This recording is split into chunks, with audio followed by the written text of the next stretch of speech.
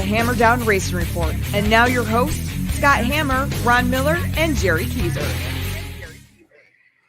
Welcome to the Hammer Down Racing Report for Thursday, December 10th, show number 159.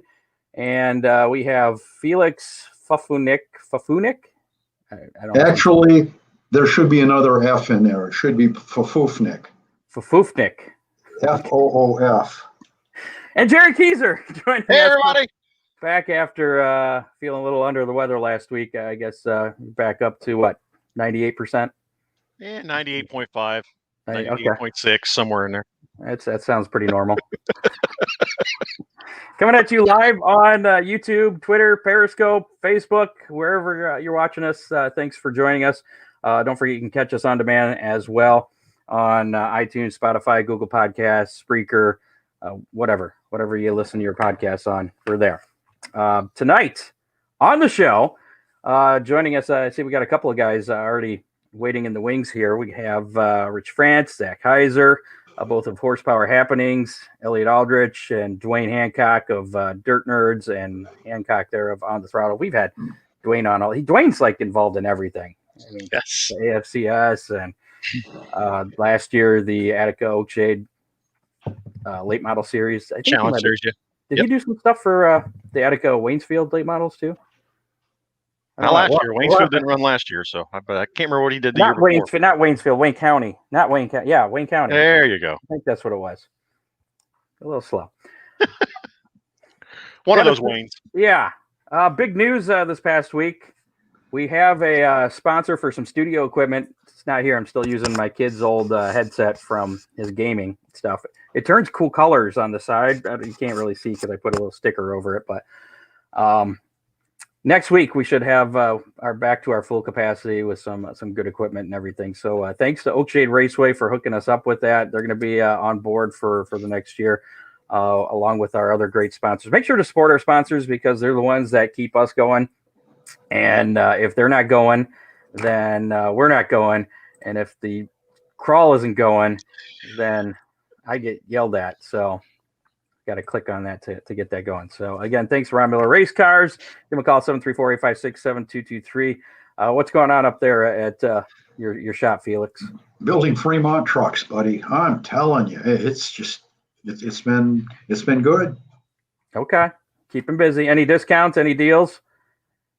Any specials? Any Christmas specials? We're heading towards Christmas, and gift cards. Gift cards are one size fits all. They work well. So, I mean, nothing against tires. There's nothing that says "I love you for Christmas" more than 4 tires under the tree. But a lot of times, a gift card's a whole lot easier.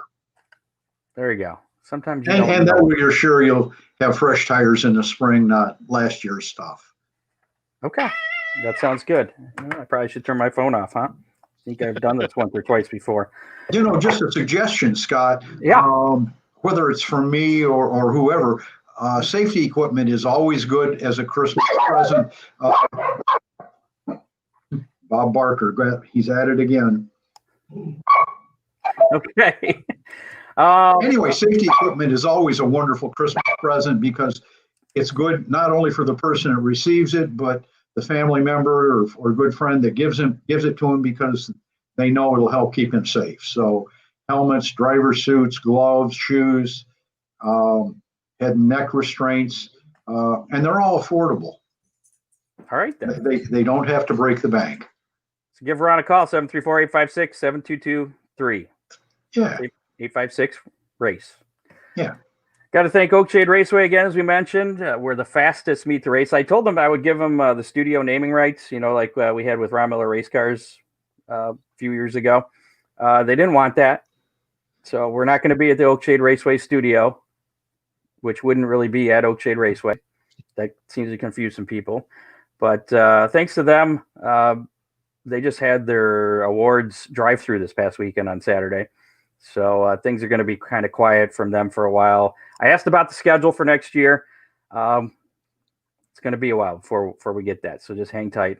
They're working on it. And as soon as they get stuff set, they'll get it to us. Millstream Speedway returning to action on January 2nd with the Hangover 2. that's following Sandusky Speedway on New Year's Day, Saturday the 2nd. Head on over to Millstream Speedway, and more information on there at millstreamspeedway.net. Looking forward to that. It's going to be a fun event. Hopefully there's a lot of snow. Snowballs will be thrown, but you can't throw them at the flag guy and get a free hot dog. No, flag guy's way too close there. No, that would, yeah. Thanks to Big D's Pizza in Clyde. Mention the Hammer Down Racing Report. Save 10% off any order, 495-47-1444. And also Real Geese Silhouette Decoys. Are you a hunter, Jerry? Not for the birds. I don't like chasing ducks. Well, they have the most technologically advanced goose and duck decoys ever produced, and they're manufactured in the U.S. Check out realgeese.com or give them a call, 419-800-8100. And I don't know too much about that, but so if you want a real goose, all you got to do is call them. I guess my mom has a goose that she dresses up. It's like on her little porch. I don't think these are the same things. These are a little different, though. Yeah, these are I'd be a little okay. lighter, I bet. I'd be okay if you shoot it, though. Like a stone geese, but anyway. I digress. We mentioned last week or past few weeks, we were trying to get some new video, put together a new show opener for next year. We got a lot of response on a lot of stock car footage. Got some late models and stock cars. I would like to get some open wheel cars. So if you have any footage, shoot me a message on Facebook after the show, preferably. And we want to get some more stuff. We'll talk to Duane here in a little bit. I'm sure he's got some more footage. I think that's where we got some of our footage for our current opener. Scott, do you have the ability to put a DVD on digital so you could use that? You mean take footage from a DVD? Yeah, I could do that. Cool. Yeah, you got DVDs? I've got some videos that date back to 1930. Late 80s at Bryan. Oh, that'd be cool. We can use that. And I think there's some Oakshade footage. Excellent. Well, we'll talk after the show. Okay. One last thing before we get to some racing information here and bringing up our guests here in just a little bit. I want to remind you that time is running out to vote for us. I think I voted today for the Toledo City Paper Best of Toledo in the local podcast category. We've been nominated there. We've been pushing for the votes. So you can vote every day. The voting ends on Tuesday, the 15th. So, and if you try to vote twice, it won't let you. It won't let you unless you log in with a different email. And right. You know, that's a lot to ask to use all your emails. If you vote for us from one of your emails once a day, that's all I expect. I expect no more than that. You'll be all right. Yeah. And no recalls that way. No recalls. No voter fraud. Although nothing going to the Supreme Court. I don't know what platform they're using for these votes. So there could be some. I know some people are paying for votes. We're just begging. We're not actually paying. We're just begging for votes. They're probably using Dominion. So we're. Yeah. And we're moving on now. Jerry, what's that racing roundup? This week's Racing Roundup brought to you by the Bieber Institute of Technical Chassis Healing. Tony Bieber, longtime racer, second-generation racer, also does great repair work on sprint cars. Get a hold of Tony for all your sprint car chassis repair needs. And his fiancée, Jackie, making some great-looking shirts for Tony. One of my favorite, working the voodoo on his sprint car chassis. So get a hold of them for all that. With the Racing Roundup, random stuff, not a whole lot going on, but Chris Smokey Madden finishing the year off the way he hopes to start 2021 by picking up the win in the Dryden Extreme Dirt Car Series Grinch 40 Saturday at Volunteer Speedway at Bulls Gap, Tennessee. And 26-year-old Ty Majeski won Sunday's Snowball Derby at Five Flag Speedway in his 7th attempt. Derek Thorne led most of the race and settled for a second-place finish ahead of Chase Elliott in third. Elliott finished third after starting 31st in the event. And that does it for this week's Racing Roundup, brought to you by the Bieber Institute of Technical Chassis Healing. All right, then. Okay. Let's bring in our guests. We'll bring in everybody here. We got Rich Frantz. We got Elliott and Zach and Duane. And I was told to change your name there. Yeah, I see Jerry kidnapped me already. Yeah. First, I want to thank all you guys for joining us, and we'll talk a little bit about each of your guys' shows, as well as I kind of want to discuss some of the bigger stories in racing from this past year. But before we get to that, though, Jerry was telling us a little story, Duane, about something that happened at Knoxville. You want to fill us in on that? Things happen at Knoxville. Yeah, most of them stay in Knoxville, but this one I think can be released at this point. It's been 15 years. Well, yeah, Jerry and I each gave each other crap about this LaJoie thing. Well, long story short, Jerry and I went over to another race besides Knoxville, and being the race fan I am, I was trying to help a female along at the races, like educate her a little bit and such. And she followed us back to Knoxville, and things were going very well. And first time there's a sprint car race, so Jerry and I was just kind of escorting him around, helping him out. And then all of a sudden, she seen Randy LaJoie. And he took her, and he had her dancing on his golf cart. And my friend for the week I had set up, Randy LaJoie stole. How long ago was this? The 04, I think, Duane, or 05? Well, Jerry says, look on my face, because I about tried flipping his golf cart over.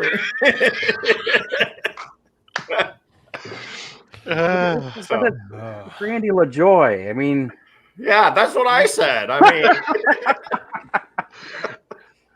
all right. Well, you got this there. I've never lived down since. Nope. Been a great story, but been a great joke between two friends, and we picked on each other a lot of years about it. But it was a good time. But of course, first time I go to Charlotte, to the World Finals, I go to Bob Evans and sit in a booth, and what picture's on the wall? Randy LaJoie. So I had to send a picture of Jerry. I'm like, I can't get away from this. So I assume that you're not a big fan. Well, I can't blame a guy. She is good looking. Yeah. So you got some respect for Miss LaJoie. Well, yeah, I mean, Well, if I had a golf cart with a stripper pole, I probably could have stole her too. Right. Wow. Great opening of your show, wasn't it? Excellent. So let me. Where do you go from here? I don't know. How about let's talk to the horsepower happening guy. I probably won't have as exciting of a story as that. This one, I won't.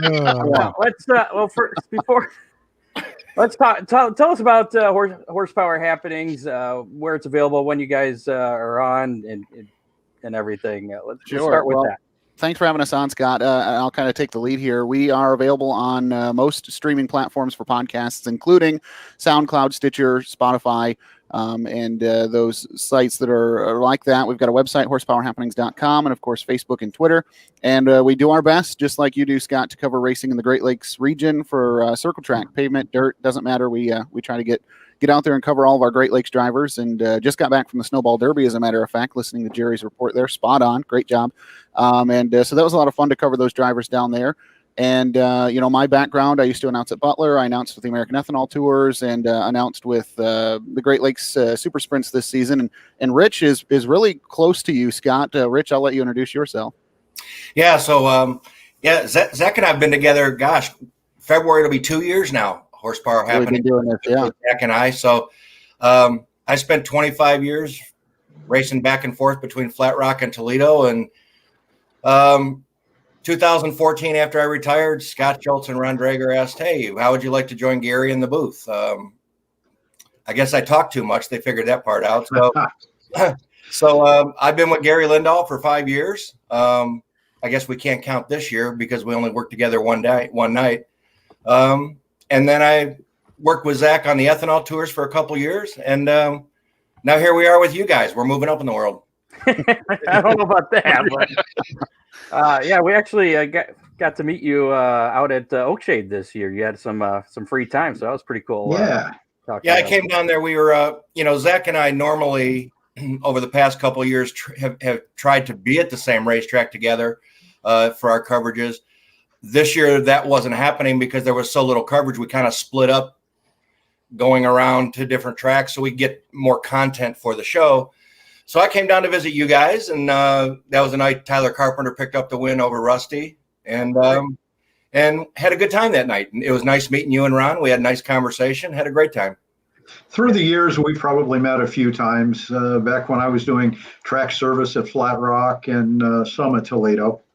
Yeah, probably around, but it was the first time we actually took about 10 or 15 minutes to talk. Yeah, well, and a lot of times I had people doing that for us. We kind of split off and go different directions. So, yeah, but it's good catching up again, Rich. Absolutely. Did you see, Rich, I think it was 2 or 3 weeks ago that Tyler Carpenter had some family drama, I guess you could say. Okay, here is the problem, guys. We have a segment on our show called "Here's the Deal" with Rich Frantz. 90% of the time, it gets edited because I don't have a filter. And on that subject, there, we're just going to leave it there. How about that? Okay. So yeah, you did. Had a golf cart. I am well aware of the situation, and we'll leave that one there because I would like to talk to Tyler one day again. So Okay. we'll just leave that one right there. I saw, I think it was the day it was happening, and then I haven't really followed up. Has there been more developments in that? Should be looking into that? Oh, it's from what I saw. I guess it's a lesson. Don't let your wife get on your racing page, right? There you go. Yeah. If you want to know what we're talking about, you can check out Tyler Carpenter's, I think it's, his racing Facebook page that all that was on. So there you go. It's probably settled down some. Has it? I hope. Yeah, it was not good. Anyway, moving on. Elliott, Dirt Nerds Podcast. Can you hear me okay, by the way? Yeah, you sound great. Okay. You sound a lot better than I do on this piece of crap. Yeah. Oh, yeah. By the way, shout out to Grandma and Grandpa for listening. Really appreciate, Duane's story, I'm sure. So I'm just kidding. They don't care. They're not watching. Yeah, I actually knew Duane's story a few years ago. And I guess, wasn't that a Tony Stewart party too, Duane? Yeah, there's one of those too. Look at Jerry. He's like, yeah, there's quite a few that we try to not bring out on social media. Did Tony Stewart snipe one of your potential ladies too? No. He was just hosting the party at the Dingus, so it was a VIP, and that's why she got in the party and Duane didn't. So. So where can people check out the Dirt Nerds podcast? Anywhere podcasts can be found. iTunes, Spotify are kind of the big ones, and then your Stitchers, TuneIn, iHeartRadio. Sorry, probably not supposed to say that out loud. Sorry, Scott. All those lovely platforms out there that you can find podcasts on. We're on there as well. I'm just not allowed to talk about it. So, and Duane, you're part of the Dirt Nerds podcast, but you also do another thing on the radio because he does lots of things. You don't have a lot to do, so you do on the throttle then on QCT over there in Bryan. Yeah, Q96.5, WQTC. They went to FM, and it's actually still on their AM station too. But every Monday, just after the noon news, we do On the Throttle. Jim Funderburg and I. So. Try to talk to a lot of local racers, some national racers. We've had some on, and other people, in the business, like such as yourself. We've had Elliott on. Sounds like we need to get Jerry on, but we don't have an edit button, so I don't know. Well, that's the trouble with the radio stuff. That's right. No, we've only had one person, that we could have used the edit button for. So after 3.5 years, I thought that was pretty good, especially when you talk to a lot of racers. Well, so then you're due for somebody like me again. That's right. Trying to think. We've had some issues, but luckily, the podcast we're fine. We can do whatever. But it looks like we lost Zach. Hopefully he'll get connected here. Until then, did you guys scare him off? What? I don't know. Until then, you're the sole representative from Horsepower Happenings. Oh boy, that's a lot of pressure, Scott. All right, back to you. I kind of wanted to do a kind of a year in review kind of deal and get your guys' input on what you guys feel the biggest stories in racing were from this past year. Being maybe the Ryan Newman crash at the Daytona 500, the year Kyle Larson's been having, and sprint cars, and anything he runs really. What would you say has been the biggest story of 2020 as far as racing goes, and other than COVID? Yeah, you want it national, right? Not our local. Anything. I thought it was pretty darn cool, to be honest with you. I was there to watch it when Dono Marcoullier picked up his first Summer Nationals Hell Tour win. First driver from Michigan to win in over 10 years up at Tri-City Motor Speedway, and he had to beat Frankie Hackeness Jr. to do it, and Rusty Schlenk. I was there. It was an incredible race. Obviously, big $10,000 win for Rusty. And then, 1A and 1B, I guess, would probably be Travis Stemler winning the inaugural All-Star Performance Late Model Challenge Series for Merritt Speedway and Tri-City Motor Speedway. Travis Stemler was just flat out on fire all season long. I think he went 6 consecutive races, 6 consecutive feature wins between Merritt and Tri-City through the middle of the summer. So around here, I think that was pretty impressive. And probably the biggest story, that kind of worked out in the end was how bad the Kyle Larson thing started and just how good it ended up for him. Yeah, he's had a roller coaster year, I guess you could say. Yeah, I mean, what did he win? 40 some races this summer after getting in trouble, and then Hendrick couldn't just keep his hands off him, I guess, after all that. So we'll see what the sponsors are in the car. Haven't seen those yet. Haven't heard anything about that yet, but we know he's got a ride for 2021. I think he's a pretty saleable driver. There are people out there that will overlook one little faux pas, and he's going to be fine. They probably will, Ron, but at the time, nobody wanted to touch him with a 10-foot pole. You know what I mean? So I guess it was just really tense times right then too. So I think those will fade. Yeah, and I think that's why it took so long for anybody. He did what he had to do. He had requirements that he had to accomplish with NASCAR. Yeah, with NASCAR, and he completed those. And I think for most of us, time heals all wounds. So we'll have to see in February at Daytona how that all works out. So how well do you think that's going to work out, driving the 5 car for Hendricks next year? I think it's going to be just fine. I think he's going to win more races for that team, and he'll do a lot better. He has more teammates to work off of, I think, with Hendrick Motorsports, and I think that's going to do nothing but help Kyle Larson. What do you think all the sprint car drivers will be thinking next year? I'm sure he's going to hit some sprint races, but he's not going to be winning 45 or however many it was this past year. I think most of them are glad he got a ride in NASCAR. Do you think his contract's going to let him run some sprint races, open wheel stuff? I don't know. We were down at Snowball Derby this weekend, and we got a chance to talk to Chase Elliott. Sure. Interviewed him and Terry Seneker, and Chase Elliott's going to get in some dirt this weekend down at Millbridge. I saw that. And he's first time he's ever been in that, and then he's kind of doing that to get ready for the Chili Bowl, which Chase Elliott's going to run. Right. So Hendrick lets Elliott do that. Maybe that's kind of Larson's foot in the door that got him. Although Chase Elliott did say that Chase Briscoe was the one that hooked him up with that midget ride, so we'll have to see. But I think Kyle Larson will still be able to do his own thing. They may want to keep him off of iRacing for a while. I guess it's just a matter of how valuable a property Mr. Hendrick thinks he is. My opinion, he's pretty valuable, but he has to do his thing. He has to follow the rules, and he has no room for error, to be honest with you, I think. Now, you mentioned that late model series that Merritt and Tri-City put together for this year. I guess that was pretty popular. How well did that go over? Oh, it was amazing, Scott. I mean, Mike, that was Mike Blackmare's doing. He wanted to come back with something after the ethanol tours ceased operations at the end of 2019.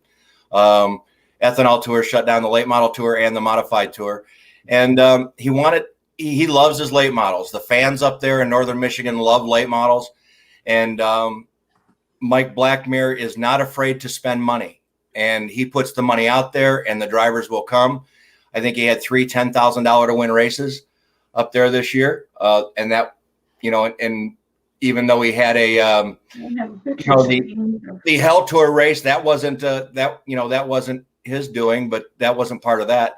But he had 3 other $10,000 win races, some $5,000 to win races.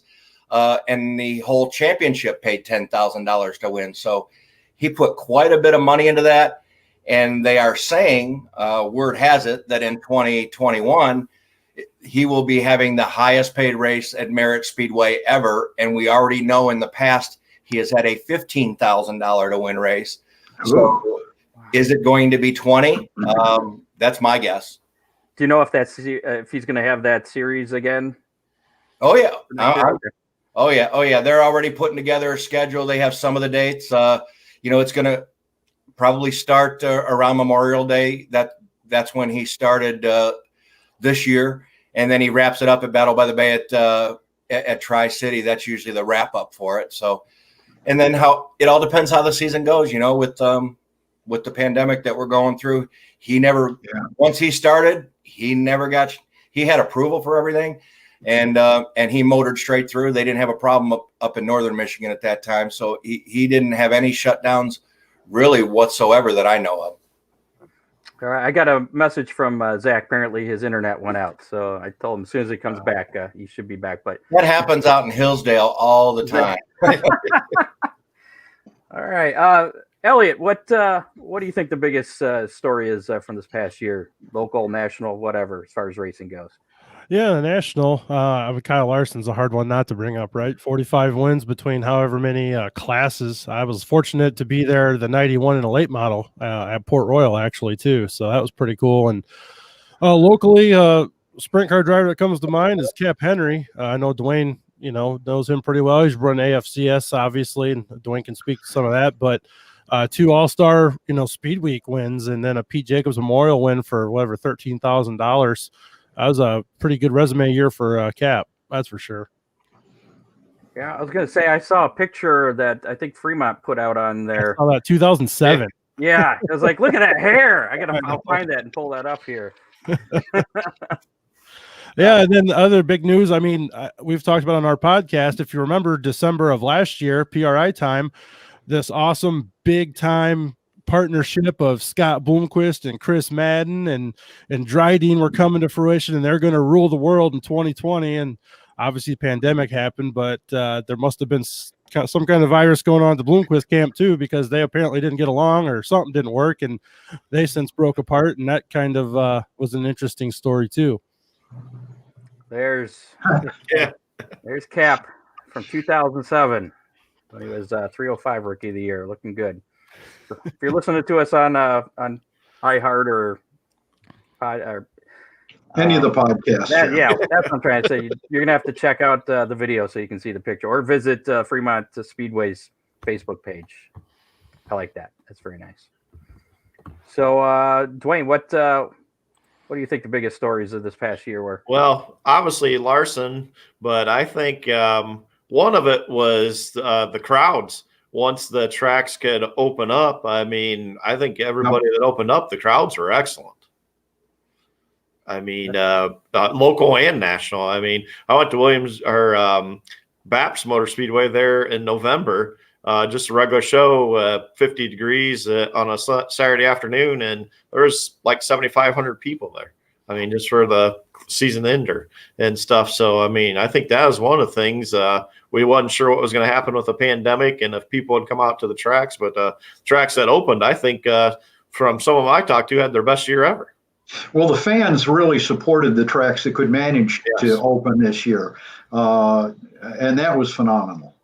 Yep, I think so too. It shows the sport's pretty strong even through a pandemic, because and close. Of course, some places were closed and some people could travel, but still, you wasn't sure if people would stay home, if they wouldn't, and some tracks took a lot of risk, and I think it rewarded them pretty well. Yeah. This is already carrying over into next year with the Daytona 500 being at limited capacity. something on the news tonight about the vaccine got the endorsement of something. So hopefully this thing works and we can get all this behind us and back to shoulder-to-shoulder crowds. Well, and the Pfizer one has been approved, and there's 3, I think, more vaccines that are in the pipeline. So I think it's going to look a lot better. All right. Who thought we'd be talking about vaccines on this show? Yeah. Zach, with me and Duane involved, it could be anything. Yeah, that's true. Racing's a drug. Zach, what do you think the biggest story in racing was from this past year? Well, I'll tell you what, I obviously agree with the Kyle Larson deal, and I think Ryan Newman's accident at the end of the Daytona 500 was really captivating. It kind of reminded us all that, oh man, guys can still get hurt in racing. I heard Ron talking about safety at the very beginning of the show, and of course we participated in the Lane Automotive Safety Summit in the spring, so glad he was okay, but what a great reminder that to put safety at number one. But I want to bring up Carson Hocevar, the Portage, Michigan native. I think that the summer that he had and the success that he had in the truck series with no practice, mind you, right? He got behind the wheel of that truck with no practice on road courses and ovals that he'd never been to before, and did well enough to get himself a full-time ride next year with Nice Motorsports. And so how awesome is that? And, the amount of wins that he got and the high-profile wins that he was able to get as well, I think that really was a story for the better part of the summer. Now, he was obviously disappointing down at Five Flag Speedway over the weekend, but I don't know. Because Ron originally picked him. Is that what it was? It was because Ron picked him?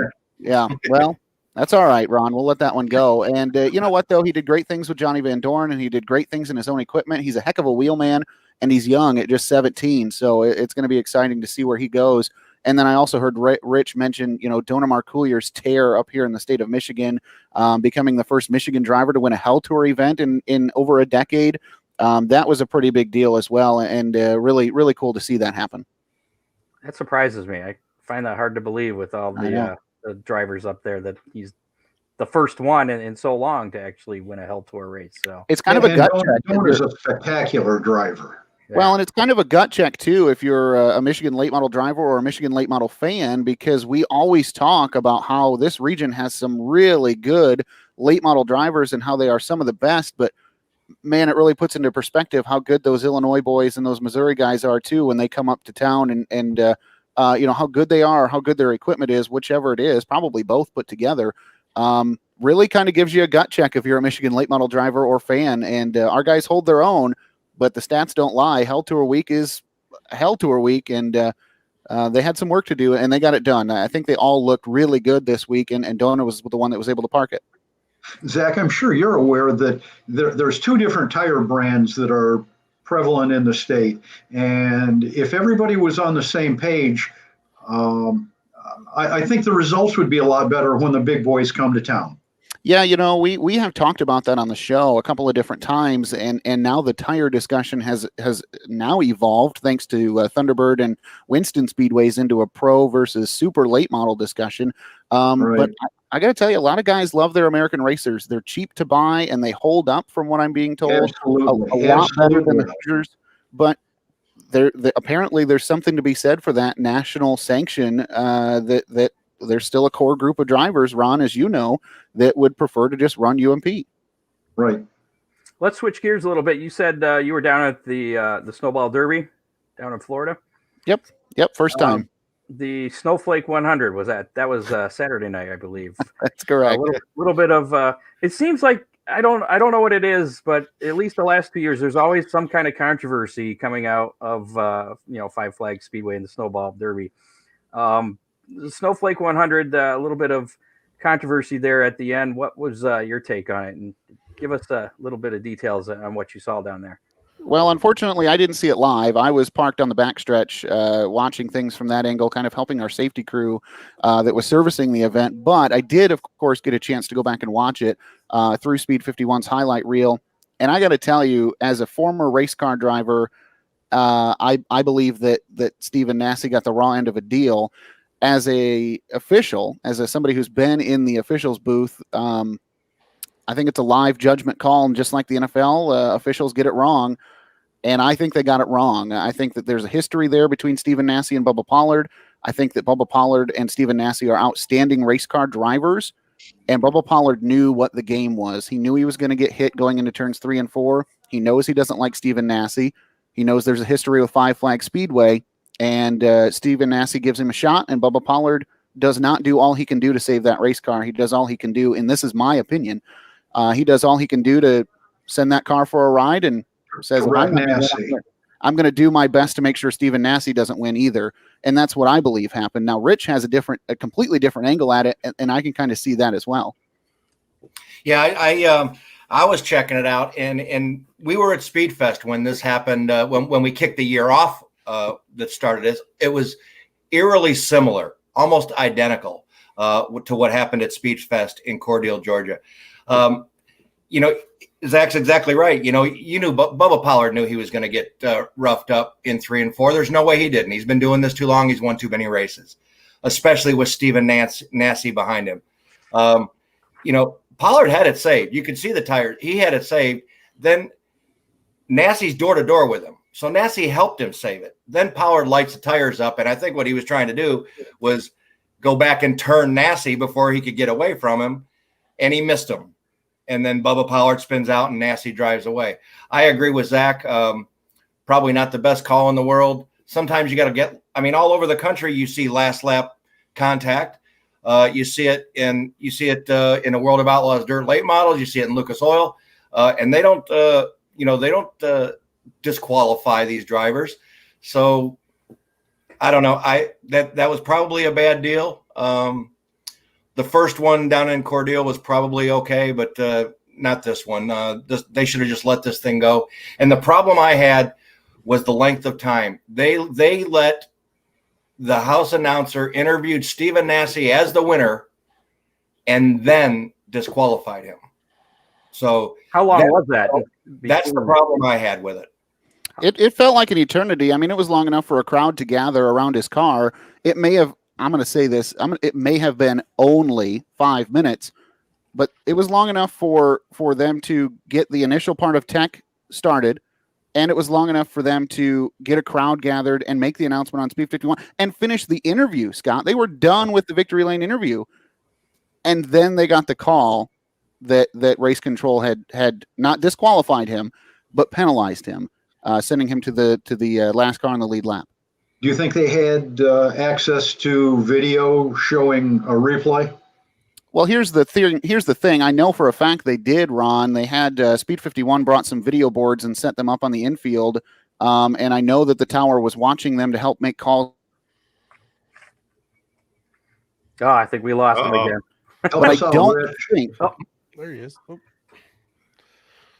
Are you there, I was going to Zach? say, I don't think that race. Yeah, I still got you. You got me? Okay, yeah, we're good. Okay, cool. I don't think that just to finish the thought, I don't think race control made the decision to go back and use replay because it's a live action sport. And I don't know that it's in the rule books for them to use the replay to make the call. But that's just my opinion. That's just, is there any sanctioning body that handles that race, or is that just the local officials there at Five Flags? So it's a local race. It's a Five Flags race, so it's not CRA sanctioned or Southern Super Series or anything like that. So it's a local sanctioned event. It's Five Flags event, and so that's the thing. I don't really know what the rule book looks like. I don't know what the rule is. So that's above my pay grade.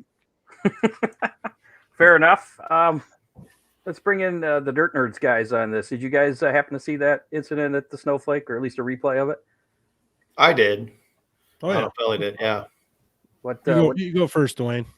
I think he got ripped off too. I mean, that seems to be the consensus so far. I mean, well, yeah, and to me, it seems like there's a lot of that in pavement racing, judgment calls like that, and seems like I said, there's been a history there, and plus a few times with Nasse there. I think last year he got disqualified too, didn't he? The year before there too. So yeah, there's a little bit of history at the Speedway there too. So seems like he's to me he's got the raw end of the deal a couple times there. Well, yeah, here's go ahead. I just want to say this, and I don't want to take away from your opinion, but I do want to mention, and maybe this will give you some food for thought. After tech inspection, Stephen Nasse went into a closed door meeting in the tech barn for I don't know how long. We left. and he was still in there. So he definitely got to speak his piece about what was going on. Yeah. I seen that he was in there for quite a while. And I'm kind of on the same line. It's weird. It's always weird when something like that happens because you're damned if you do, you're damned if you don't. My biggest thing was I kind of have Zach's, opinion too, where Bubba starts getting turned. Does he do enough to save it? Does he not? Whatever that is what it is. But I've saw some past events, races come down to the same type of moves and there was no penalties issued. So that's kind of where the consistency over time to me says it shouldn't have been a penalty. So that's kind of, rough driving or not, it's kind of a 10-year thing of how have they done it in the past. Fair enough. Another big story that kind of came out of everything getting shut down was real racers playing video games. iRacing, I guess. I mean, what do you guys think about that? Elliott, we'll start with you. Well, it's Duane's favorite thing in the world. No, me and Duane are both, although he's way older than me, but we both have the kind of the same opinion of it's fine, it's cool, it is what it is. I mean, if you like that stuff, that's great. I don't have anything against it. I don't have the time to do it personally. And it's just one more thing for me to take away from other stuff. And again, it's, and the fact that someone's, career almost got trashed over it. Honestly, it wasn't over iRacing. It was obviously over the, talk on iRacing.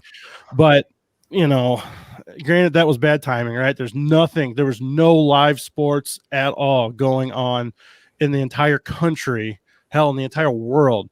There was absolutely no live events of any kind really going on. And, it's just any media, especially at that time, was looking for anything to report on.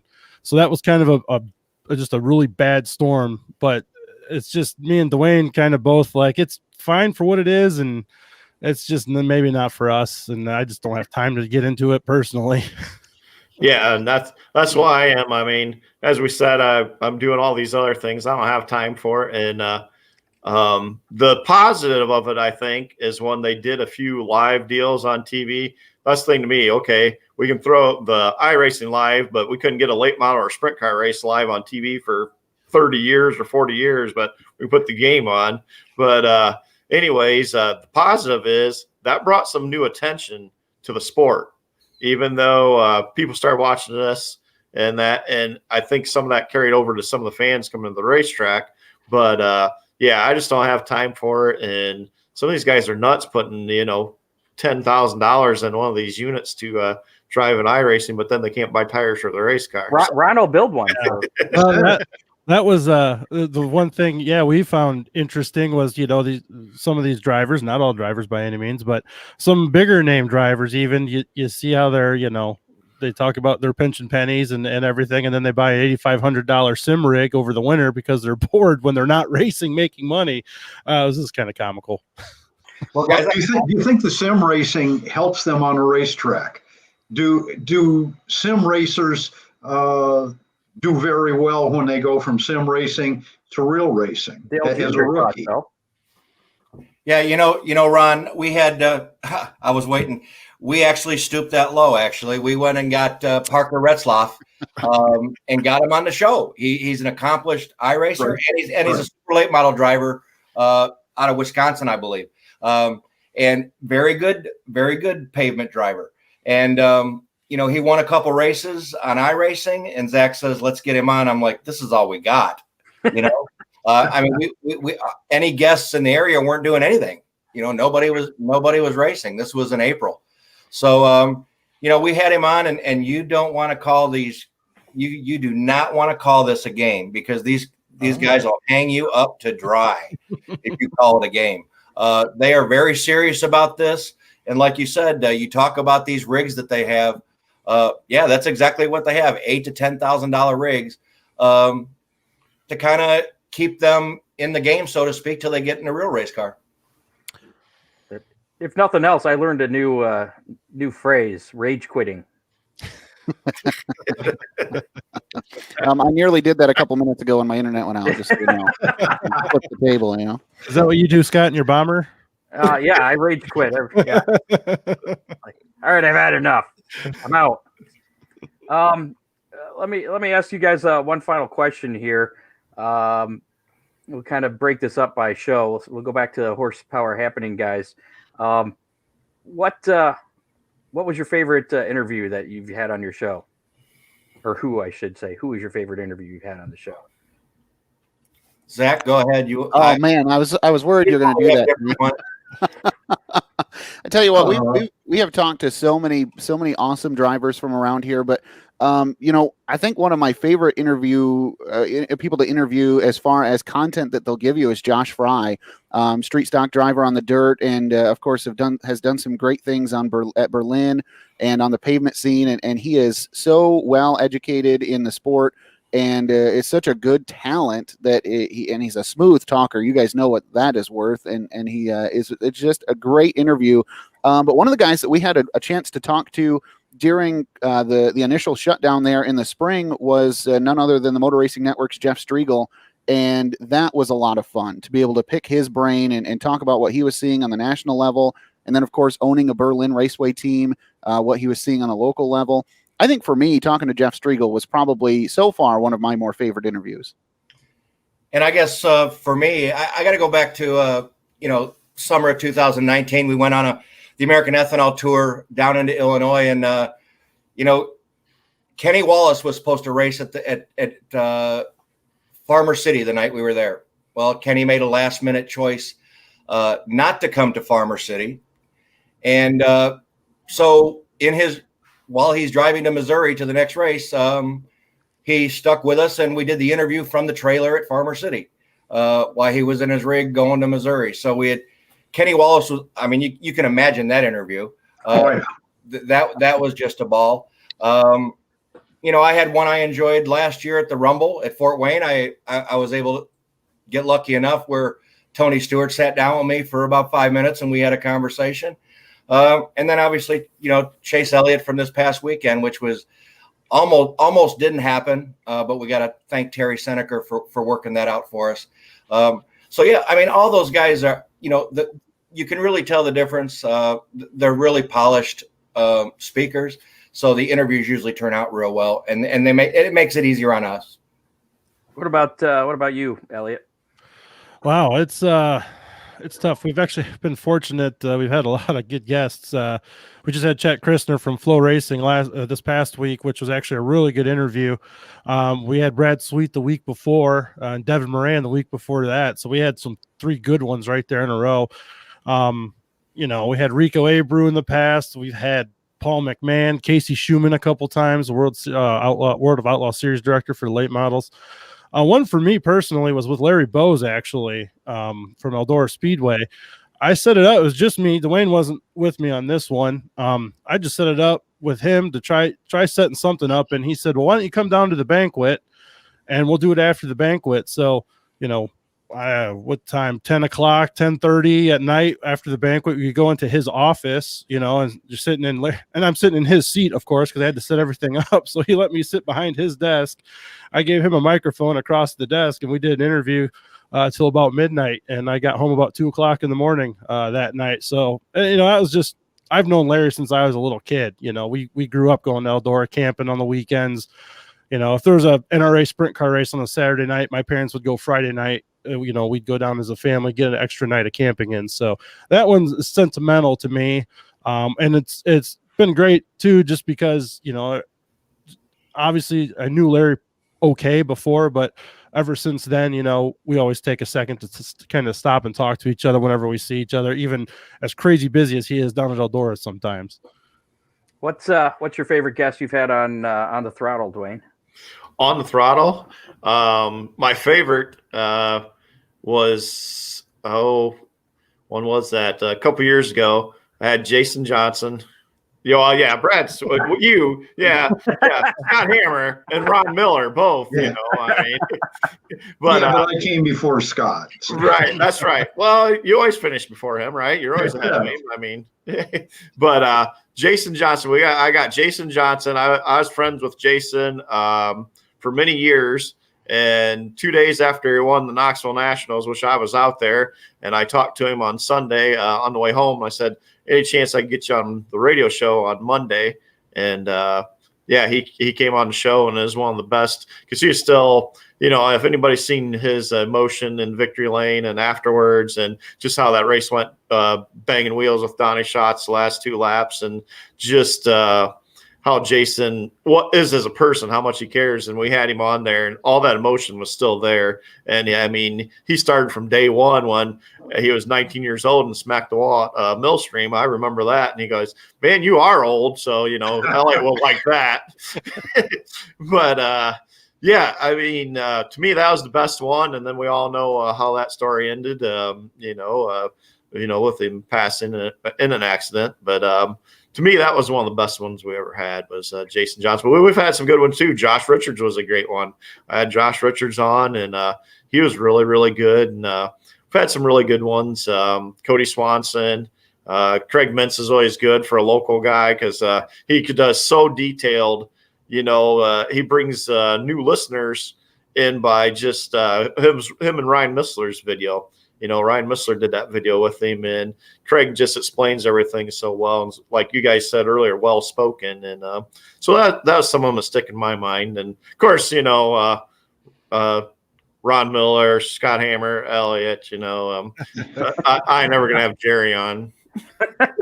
Or Jerry. They'll tell more I might have to get Zach and Rich on now. There you go. I should have asked who your worst guess was. But we're not going to. Duane Hancock. Yeah. Elliott Aldrich. Hey, Duane, you're doing the AFCS stuff again next year? I know that's the plan. Yeah, we already have the Attica date set, and we'll see. Hopefully this weekend I can get with Fremont and get their date set, but have a lot of sponsors back on board. Still haven't talked to all of them yet, and got a couple new ones. I got to make a proposal yet before Monday night for a new one, and hopefully we'll have some other ones on. So without the pandemic, hopefully we'll have back up to 18, 20 races again. What about your Hoserville, Ohio auction? Well, hopefully, with this pandemic and everything, right now I got to work that out too. But I think we're going to do March 6th again with the swap meet at Fremont, the spring swap meet. That worked out great last year. And it sounds like they're on board again to do that. We might not try to do 4 things on the same day with just like 3 of us trying to run it. So we'll probably do the auction and the chili cook-off and probably the car show. All right. Well, keep us updated on that. For sure. We will. Last question for all you guys, and Duane, we'll start with you since we're talking here. Who's your next guest on the Throttle, and when can people listen to that again? It's Mondays, just after noon news, and I'm not sure who we're gonna have this week. We have to do everything on Zoom, and trying to get some of these racers to do Zoom has been very hard. So we'll see. And I got some personal things going on right now in the family that I'm not sure if I'm even gonna be able to do the show on Monday yet. So we'll find out here in the next day or two. Can I make a suggestion for a guest for you? Sure. How about Randy LaJoy? I would definitely see that. I'd pay to see that. Yeah. That would be. I'll ask his nephew Jerry if we can set that up. Elliott, who you got coming up next on the next Dirt Nerds podcast? Oh, it's actually, I think, nobody for next Monday. We release on Monday evenings, Monday nights. I actually currently have COVID-19. So me and Duane did it remote with an interview. Last week we said, we won't schedule a guest this week just because I didn't know how I would be feeling. I just got tested Monday. So it was just a regular episode. Me and Duane just answer some fan questions and stuff, obviously pending schedules and stuff right now. But one thing I did want to mention, when you bring up Hoserville, we have a little joke on the podcast about Duane camper hopping. I'll take 2. So, there you go. So if you look, Duane's Dirt Track Camper Service, 1-800-CHECK UP, and then what happens at the track stays at the track. So, this started out as a joke, and it is a joke, but these are $5 a piece. I've got a bunch of them sold already. For $5, though, 100% of every sale, 100% of the sale goes to Hoserville. So Duane and Hoserville lost out on some money this year, obviously, with pandemic, limiting events and stuff. Luckily, they got their March auction in, but even through the summer, they try to do a few things. So this is one thing as a Christmas present for Duane I came up with, and it's gone off pretty well so far. Very nice. Zach and Rich, who do you got coming up on your next show? Well, I'm glad to hear that I'm not the only Monday night podcast that is still not have a guest confirmed for the next show.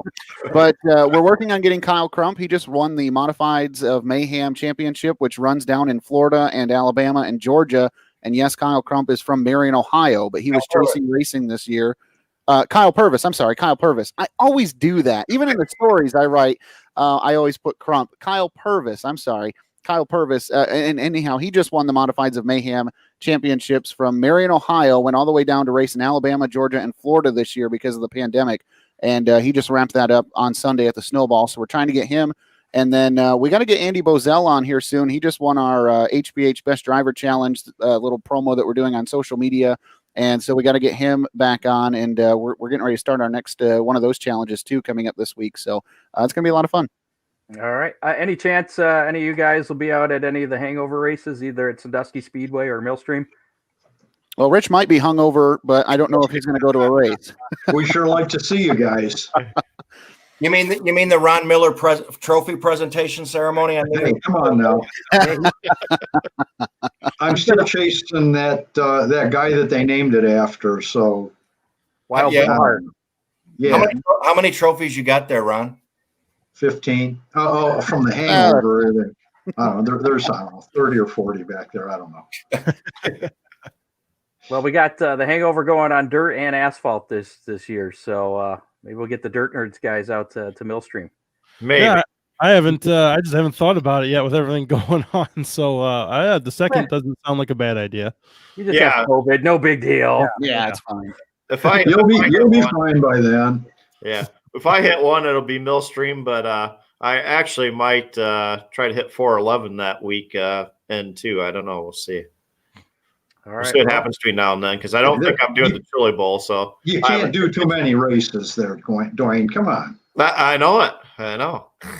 And Scott, if I can mention something real quick, Go ahead. we're also coming up here in the next couple of weeks. We're gonna have Bill Barnhart from the Michigan Auto Racing Fan Club on the show, and they had to cancel the fan club banquet that usually occurs in January, and because they honor all the track champions throughout Michigan that are involved in the fan club. Well, they couldn't do that this year, so Bill Barnhart called me and asked if he could come on the program and honor all the track champions that are fan club members. So I think we're going to have Bill on the show and do that. So at least they have something for the champions that did run and did win championships. At least they get some kind of acknowledgement, and then probably have to wait for their plaque in 2022, early 2022. Very nice. Well, I appreciate all you guys coming on. I don't know. I was getting toward the end of the year. I was trying to come up with something different to do, and I was like, hey, how about we have all these other guys from these other shows on and maybe get together, maybe a little cross-pollination of audience there and see how things go. So maybe we just have to do this again sometime next year. Yeah, Scott, when you mentioned it, I thought it was a great idea, and I knew I had a great idea. Yeah, don't start. I knew we wouldn't be short on material. Yeah, and you screwed that up after the opening with Jerry and I. Like, this is a bad idea. It's definitely fun, guys. I appreciate all you guys coming on here, and we'll definitely be checking out your guys' podcast as well. All right, thanks for having us. Yes, sir. Thanks, guys. All right. Hold on. Now I got to figure out how to remove you guys. I apologize here. Little slow. Get Randy LaJoy in, and we'll get rid of Duane. There we go. Thanks again to Rich, Elliott, Duane, and Zach. Rich and Zach from Horsepower Happenings, and Elliott and Duane from Dirt Nerd Podcast, and also Duane from On the Throttle there. We did actually invite Jay Funderbert. He just left. But he said he was a little green, so he didn't want to come on. But he helps out with On the Throttle there. So definitely some cool stuff. Got some racing news to get through. Sandusky Speedway has announced a Run What You Brung show for the end of 2021. It's going to be held on October 30th. Ron, how much did you have to do with this? Really not much, Scott. All last year we had been talking about doing the Dirty 30, and I think that kind of planted the seed, but I forget who it was. Somebody suggested it on Chris and Doc's show, or Chris and Doug's show. Crazy stuff. But I think it'll be a good time. Definitely looking forward to it. I'm sure we'll see some more information about that. Actually, we're going to have Chris and Doug on next week, along with Scott Warner, to talk about the hangover races. We'll have to ask about that on What You Brung show as well. So, don't forget, coming up a little bit later, as soon as we get through the news here, your chance to win a free Big D's pizza with how many? And we'll find out who won last week. Week before, NASCAR's Cup, the NASCAR Cup Series takes the dirt at Bristol Motor Speedway.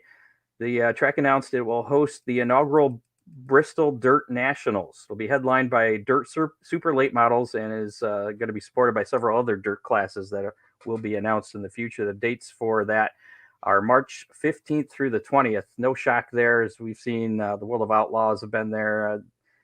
I don't know if it was which sanction it was for the late models that ran there back in, was it 2000, 2001, early 2000s when they put the dirt down. But probably the Extreme Dirt Car Series, or the Extreme Series. Yeah, I'm not sure that it was sanctioned. No, well, we'll find out more about this. So that's kind of cool. At least they're making some use of that dirt at Bristol for not just the Cup Series. Some cars that'll probably go a lot faster than the Cup Series. Well, and I'm sure they need a week of running the track in so that it doesn't create any real issues when the Cup guys do get there. I think that was part of the deal too, that they get the track running. It was Stars late models. Randy Roberts. Stars and Have a Tampa. I remember them. Or he's asking, was it the Stars? I don't know that it was. It was Have a Tampa. Previous Speed Sport. Yeah. Have a Tampa? I think Have a Tampa was gone way before the Bristol race. It says here on Speed That's what Sport. it says, huh? Yep. That's where I'm getting that one. All right. Fine. Action Express. That would have been the end of it. Action Express Racing in concert with Hendricks Motorsports will field a second entry in the Rolex 24 on January 30th through the 31st at Daytona. The all-star driver roster of the number 48 Cadillac, I wonder where they got that number, will feature sponsorship from Ally and include 7-time NASCAR Cup Series champion Jimmy Johnson, 2016 NTT IndyCar Series champion and 2019 Indianapolis 500 winner Simon Pagenaud, and 2-time Rolex 24 winner, I don't know this guy's name, a guy, and Kamui Kobayashi. That's the one. Thank you. Yay! I know Kobayashi because he's the guy who eats all the hot dogs every year at the July 4th thing. I want to know more about this, but I don't. The competitive eating deal every year on July 4th, they do it Nathan's Hot Dogs up there in Long Island. And also Mike Rockenfeller, the fourth member on that team. So they got an all-star lineup there, all-star hot dog eater, as well as 7-time IndyCar champion there. So that'll be interesting to see. Wonder if they'll have Daytona hot dogs there. The USAC Silver Crown Series released its 51st season schedule, and it consists of 12 events, 7 on the dirt, 5 on the pavement. Indiana's Winchester Speedway will make its first appearance on the Silver Crown schedule next year, launching the new season on Sunday afternoon, May 9th. Winchester last hosted a USAC race a decade earlier in 2011, a sprint car race that was actually won by Tracy Hines. Once thought to be lost to history just a short while ago, the Hoosier 100. I'm sorry, the Hoosier 100. There's no 1 in there. Hoosier 100 will return once again in 2021 for its 66th edition on the 1-mile dirt oval at the Indiana State Fairgrounds. This is going to be Thursday night, May 27th. 2 events, of course, scheduled for Eldora Speedway. The first is scheduled for June 26th. They'll be returning return for the running of the 39th annual Four Crown Nationals on September 24th and 25th. And the season finale for the USAC Silver Crown Series will once again be at Toledo Speedway for the Riley Beal Classic on October 10th, the day after my birthday. Happy birthday to me. Excited to see that second date at Eldora. The Silver Crown cars put on a whale of a show. Definitely some good racing there. Some more USAC news. USAC AMSOIL National Sprint Car Series unveiled next season's schedule as well. It includes 50 events from coast to coast. The Winter Dirt Games marks the beginning of the campaign with 3 consecutive nights in Florida at Bubba Raceway Park, February 11th through the 13th. The series will make 3 appearances in Ohio. Going to be at Eldora, May 7th and 8th, and September 25th as part of the Four Crown Nationals. Due to challenges resulting from the ongoing COVID-19 pandemic and the need for significant planning, NASCAR officials have removed the planned Auto Club Speedway event in Fontana, California from its schedule. In place, all 3 NASCAR national divisions will now compete on the Daytona International Speedway road course during the weekend of February 19th and 21st. That's 1 week after the Daytona 500. Busch Clash has also been scheduled to take place on the road course at Daytona this year. The NASCAR weekend at Homestead Miami Speedway, which was to serve as the second event on the schedule, will now take place the following weekend, February 27th and 28th. In addition, Scott, sorry about that timeout. I don't mind the road courses as a temporary snack. I sure hope that NASCAR doesn't go there as on a regular basis. Not that big of a fan. I know where Dave McManamy works. Yeah? I had a job interview there. Ah. Sorry. Back to that was a comment on our Facebook if you're listening to us on our podcast. I have no idea where that came from. Anyways, back to this. And yes, I agree with you, Ron. We reported, what was it, like a month ago that I lost my spot here, that California Auto Club Speedway was going to be reconfiguring. Not dirt. Short. There you go. Yes, they've confirmed the planned reconfiguration project that would turn the 2-mile oval into a short track venue.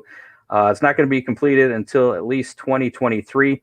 That means any events at the track in 2022 would take place on the 2-mile oval. So we won't see any racing action there until 2023 on the short track at least. So that's a little while off. Ken Schrader had always planned to return to the Midwest, and now the time has come. Schrader and his wife, Ann, have sold their Concord, North Carolina race shop and began the process of moving to St. Louis, Missouri. Schrader enjoyed a lengthy career in NASCAR that saw him make 763 NASCAR Cup Series starts, earning 4 victories along the way. While driving for some of the sport's best-known team owners, Schrader says he has no plans to give up dirt racing. His modifieds are housed at his shop in St. Louis, which he is said he's expanding to approximately 20,000 square feet.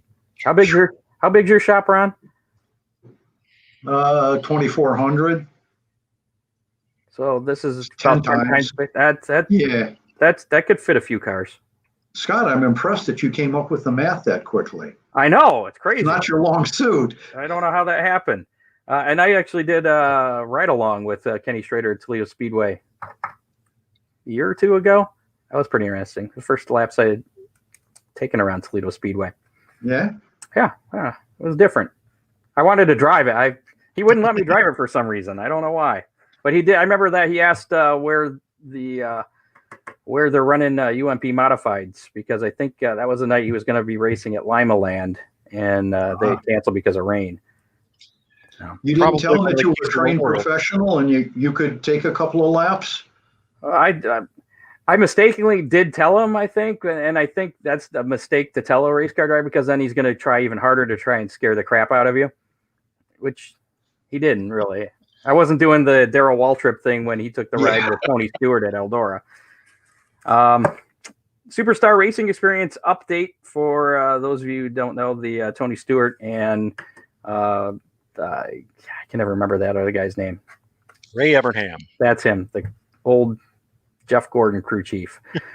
Their series, that's kind of going to be like the IROC series. They have the confirmed drivers so far, and we've been mentioning these as they've come along. Of course, Tony Stewart, Tony Kanaan, Paul Tracy, Bobby Lavani, Elio Castroneves, Willie T. Ribbs, Mark Webber, he's from Formula One, Bill Elliott, Ernie Francis from Trans Am, and then I guess I hear that there could be some other drivers popping in but not running for the championship series. Like maybe Chase might run. I'm available. Ron Miller could be part of it. You never know. That's it. Eldora dirt and pavement. I'm okay. As far as tracks for the series, they just announced a second track. The first one, of course, Eldora Speedway, no shock there. And the second track has been unveiled as Lucas Oil Raceway, formerly, what was it, Indianapolis Raceway Park over there in Indiana. So they got at least 2 tracks, no actual schedule yet, but they're supposed to be racing Saturday nights this coming summer on CBS, I believe. So that'll be interesting. Jerry, you're pretty well connected with the folks at Eldora. Is the Bristol thing going to be an annual event, or do you think they'll be coming back to Eldora with the trucks, or maybe everybody? The way it looks, I haven't really talked to anybody down there recently. I would like to get more insight, but to me, I think it's a good idea to try moving it elsewhere and try some different things. NASCAR took a big hit in the last 10 years, 15 years. Really. And I think this is definitely a step in the right direction to get their fans back. We'll see if it works. The grand experiment. Oh, I hate seeing the Eldora off the truck series schedule for next year. I do too. Yeah, they're only going to have a handful of dirt, maybe 1 or 2 dirt races every year, and there's so many great dirt tracks that I think that the trucks would run great on. I think it's a great idea to move it here and there and move it around. Kind of like the All-Star race should have done for years instead of always being at Charlotte. Now that they moved it to Bristol, that's going to be fun. Springfield, Illinois has got a lot of experience with stock cars and DuQuoin, and yeah, absolutely. Well, let's play How Many. Wrap things up here. Chance to win a Big D's pizza. Last week's How Many was not really so much a how many as to a who many, or who was going to win the Snowball Derby this past Sunday, and that winner was Ty Majeski. And Ron changed his vote. He put a comment in, and I saw it. And it was before the cutoff to Ty Majeski. So Ron is the show winner. He doesn't win Big D's pizza, but Matt Swander also picked Ty Majeski, and he was surprisingly the only one that picked Ty. So Matt Swander gets a Big D's pizza as well. Congratulations to him. So this week, I have 2 options for How Many, and I'm going to let you guys choose which one we go with, because one of these would allow for pretty much anybody to be in the running for the Big D's pizza, but and the other one is more of a crapshoot. So the first one was how many touchdowns will be scored total in the Ohio State-Michigan game. I'm sorry, the canceled Ohio State-Michigan game on Saturday. So basically the answer's 0. And so that's one option. The other option was how many inches of snow will we have between now and next Thursday at 5 p.m. as recorded at Toledo Express Airport, which I also think is going to be 0. Yeah. But it could be different. I don't know. Oh, come on. So which one you guys want to go with? It's going to rain all weekend, and there will be no snow on the ground. So that's the question. It's not the question. Which one should we go with? I guess it doesn't matter. If you put 0 in the comments, you're entered into win a Big D's pizza for next week. How's that? Yeah, and Scott will spin the wheel to find the winner. And Scott Warner, you're not going to win. Well, I guess he might win if we do the snow thing, but you never know. Yeah, we'll just kind of put everybody in for next week for that, because of course there's not going to be any touchdowns scored by Michigan or Ohio State. Not that I care about that, because I'm a Michigan State guy. So I was looking forward to Ryan Day trying to fulfill his promise of hanging 100 on him, but yeah, it's just a bad year for college football. Bad year for a lot of things. So again, just put your guesses in the just put 0 in the comments and you'll be in the running. So, and you only get one guess. And Scott's going to have to type your name in, and we're going to have 100 people spin a on wheel the wheel for who's going to win. Yeah. And if you're listening to us on the podcast on iTunes or Google Podcasts, whatever, Spotify, go to our Facebook page. Go to our Facebook page, find the video, and just put your guess in the comments as long as it's before. We'll go through midnight on Wednesday night at midnight. End of day Wednesday. Got some upcoming races to talk about for a change. It's been a while. Woo-hoo. We got two races coming up in our area. Of course, we mentioned them earlier at Sandusky Speedway, the Wild Bill Hart, soon to be the Wild Ron Miller hangover race. Mild Ron Miller. Whiskey stock, moonshine Wild stock. Ron Miller, he left town a lot of years ago. And the champagne stock, that's going to be Friday, January 1st. Pits open at 9 a.m., main gate at 11, racing at 1 p.m., general admissions $12. And then the next day, we're going to do it on the dirt at Millstream Speedway. The Hangover 2 race, same classes, same rules, whiskey stock, moonshine stock, and champagne stock. Pits open at 9, main gate at 11, racing at 1. Is that correct? Yep. Okay, that's what we're going with. And sign up on the general admission $12 there. If you do plan on racing that, it's not mandatory, but they would like to get some information. Confirmation, yeah. Head on over to SanduskySpeedway.com and you can pre-enter there. It doesn't cost anything. You just want some information. In my race. So, is it in my race pass? It connects to my race pass. Yeah, Henry. Connects to my race pass, and you can get on there. That's right. I did that a while ago, and I forgot about it. So there you go. A couple races coming up. We'll see if we can get a forecast. I guess for next week's show, because that'll be our last show for the year. As the next 2 Thursdays after that's New Year's Eve, Christmas Eve, and New Year's Eve. And he's going to have to dig into the deep extended forecast for us. It'll be a deeply extended forecast. Maybe we'll be into that today, into the 10-day forecast ish. Or I can see, maybe I'll put up just a video with just his forecast shortly before. Ooh, if we can get him to do it from under the Christmas tree, that'd be great. Oh yeah, like his picture. Yeah. Oh, I don't have any there, but yeah, we'll definitely use that. So next week on the show, we're going to have the Hangover Race preview with Doug Dock, Chris Mize from Sandusky Speedway, and Scott Warner is going to join us from Millstream Speedway, talk about all the final arrangements for that, any rule changes or anything. It's pretty much going to be the same stuff, other than the snowball rule for the flagman, and we'll talk about that all next week as well. And if there's any potential issues by any of the COVID stuff, but I think everything for that is looking okay as far as outdoor activities go.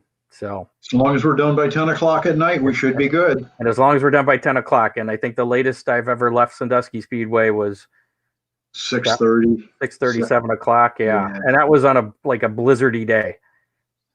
Racing was very slow and there were a lot of cars, but it was fun as heck. So that's coming up next week. So again, after that, the following 2 weeks, we're off for Christmas Eve, and New Year's Eve will be back in January, hopefully with a new opening video. Again, if you have any video footage from any racetrack, really, as long as you own the footage for it and you're willing to let us have the rights to use it for our little opening montage, shoot me a message. I saw I actually got 1 or 2 here while we were doing the show. But we're looking for some more open wheels. So I forgot to ask Duane when we had him on. I'll shoot him a message. He's still listening. I saw him making comments. Yeah. So shoot a link to whatever footage that you may own that we can use, and we'll see about putting that in there. We'll give you credits in the end credits of the show for next year too. That means I got to update that. Steve has some footage from the indoor show, and we got your old footage from the 1930s to put on there as well. That's right. On the board track. Is it on the wood board track? Oh yeah. Yeah, when they didn't even have seat belts back then. They just kind of fell out. Barney Oldfield and I were having a lot of fun back then. God, if it helps any, just bite me, okay? Thanks to producer Dave Kemmer, field correspondents Matt Swanner and Doug Dock. Don't forget to call our Hammer Down hotline. I forgot the number. I got to actually look at it here now. Where did it go? Oh, there it is. Bam. 419-318-3081. We forgot to promote this last week. You can call, leave a message anytime. We'll put you on at the end of the show, unless it's totally psychotic. No, even better if it's totally psychotic. Definitely call and leave a message on there, and we'll put it on there. And we prefer that you tell us who you are, but you don't have to. So we'll leave that option open for you. So there you go. Again, that number, 419-318-3081. Call anytime, day or night. It doesn't matter. Nobody's actually answering a phone. It's a Google number, so it just goes straight to voice. And if you forget the phone number, just go to our Facebook page and watch the entire show over again. And when you get to the end, have a pencil handy. And then also another thing we need you to do, and only through Tuesday. I mean, you could try and do it after Tuesday. That's fine. I don't think it'll work. But make sure to vote for us for the Toledo City Papers Best of Toledo under the local podcast category. We have a post pinned on our Facebook page, facebook.com/HammerdownRacingReport. So it's right there at the top. And just click on it. It takes you to the media page. You got to scroll down. Well, you got to wait for it to load. I found that it takes like a minute for the actual categories to pop in. While you're scrolling down, you'll see meteorologist. Make sure to vote for Ryan Weekman, our official weekend weather pit stop forecaster, meteorologist guy. He was actually one of my favorite guests that we've had on the show. We had we had a great time with him and Rusty Schlenk in the studio, and Rusty, I think, learned a whole bunch. Duane Weekman had never heard about the vortex theory. I know. Yeah, he thought we were bullcrapping him. So definitely worth checking out there. So please vote for us. Again, that goes through Tuesday, the 15th. I mean, it's an honor to have been nominated. We appreciate everybody supporting us for that, but it would be awesome if we could actually win this thing. We're not paying to get votes. I've seen other podcasts have actually paid sponsored posts on Facebook to get votes. Yeah, I'm not buying your vote. Yeah. You don't want to vote for us, that's fine. But vote for us anyway. Sound good? Thanks for Ron Miller Race Cars. Once again, 734-856-7223. His dogs will not eat you if you go there to get some parts or anything. It'll all be good. Oakshade Raceway, again, can't say enough about them. They're going to be on board for the next year. We're going to have some new equipment. Should be here tomorrow. It's going to be awesome. Looking forward to that. We're going to totally self-sufficient now. We are our own thing, totally separated from any other entity, but still available on all those other entities. Millstream Speedway, again, don't forget, racing coming back on January 2nd with the Hangover 2. Follow them on Twitter or Facebook. You can check those out. Their official ones on millstreamspeedway.net. That's their webpage. They got their social media connected on there. Big D's Pizza out there in Clyde. Give them a call, 419-547-1444. Save 10% just by mentioning the Hammer Down Racer Report. And make sure to keep listening to the Hammer Down Race Report for your chance to win Big D's Pizza as well. And of course, Real Geese Silhouette Decoys, the most technologically advanced goose and duck decoys ever produced, and they're manufactured in the U.S. Check out realgeese.com or give them a call, 419-800-8100. Or, you don't have to use them for hunting, I guess. You could use them as a decoration. Christmas gift? Yeah. Why not? Who doesn't want a duck decoy for Christmas? Right? That'd be great. Sure. Yeah, it's good stuff. So don't forget, tune in next week, 7 o'clock, Facebook Live, YouTube Live, Periscope, and Twitter. Make sure you follow us on Twitter at Hammer Report. If you don't, follow us or like us on Facebook.